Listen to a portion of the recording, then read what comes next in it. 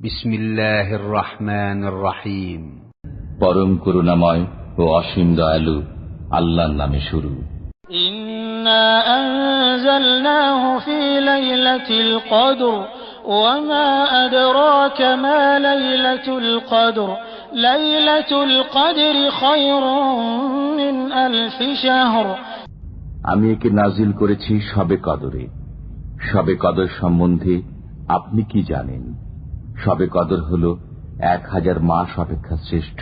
তানাজ্জালুল মালাঈকাতু war রূহু ফিহা বিইذনি রাব্বিহিম মিন কুল্লি আমর সালামুন হিয়া হাত্তা মাতলাইল ফাজর।